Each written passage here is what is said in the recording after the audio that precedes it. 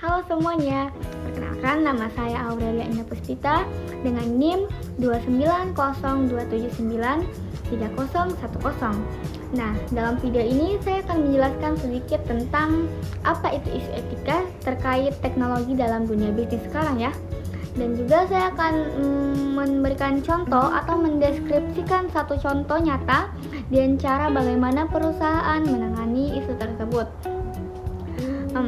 Nah, mungkin kalau kita berbicara soal isu etika dalam penggunaan teknologi di dalam dunia bisnis, sebenarnya itu sangat berkaitan dengan bagaimana teknologi kita gunakan dengan cara bertanggung jawab, aman, dan adil.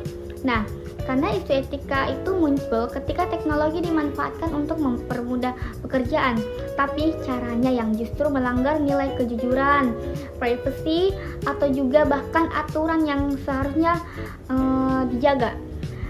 Contohnya mungkin seperti data pribadi pelanggan yang sudah dikumpulkan dan digunakan tanpa izin yang jelas, dan juga penggunaan software ilegal karena ingin menghemat biaya. Sampai-sampai itu kebiasaan menggunakan kita kebiasaan menggunakan internet kantor untuk kepentingan pribadi secara berlebihan di jam kerja.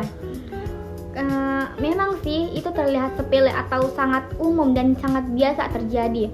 Tapi hal-hal seperti ini itu sangat berdampak besar pada kepercayaan, keamanan, dan bahkan cara kerja profesional dalam perusahaan.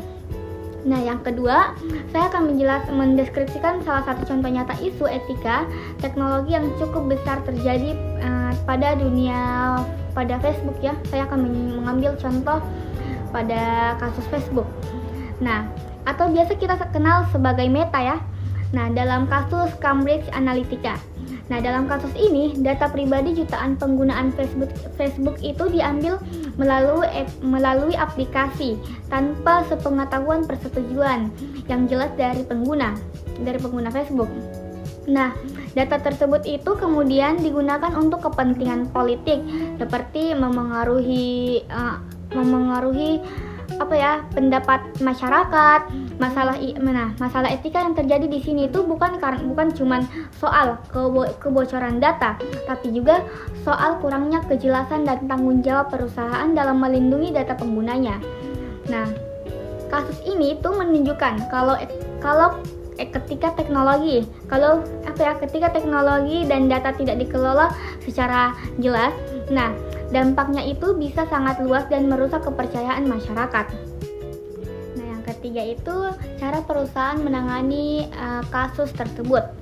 Nah, setelah kasus tersebut itu sudah mulai terpublish dengan masyarakat semua, nah Facebook itu mulai mengambil beberapa langkah-langkah seperti contohnya Facebook memperketat kebijakan privasi, mulai membatasi akses data, dan juga Facebook mulai meningkatkan sistem keamanan dan pengawasan mereka. Nah, tapi memang sih langkah-langkah itu sudah benar, tapi harusnya itu Facebook mulai melakukan langkah-langkah tersebut itu mulai dari awal bukan karena adanya masalah tersebut, tapi mulai dari awal menyiapkan langkah-langkah tersebut. Dengan begitu kan kedepannya perusahaan bisa lebih serius dalam mengelola etika penggunaan teknologi. Dan juga perusahaan sebaiknya harusnya mempunyai aturan yang jelas soal penggunaan teknologi, dan juga bisa selalu memberikan edukasi etika ya kepada karyawan, dan juga bisa bersikap lebih jelas dengan pengguna tentang bagaimana data mereka digunakan. Nah, dengan begitu semua teknologi tidak hanya menguntungkan bisnis, tapi teknologi bisa kita digunakan secara adil, aman, dan bertanggung jawab.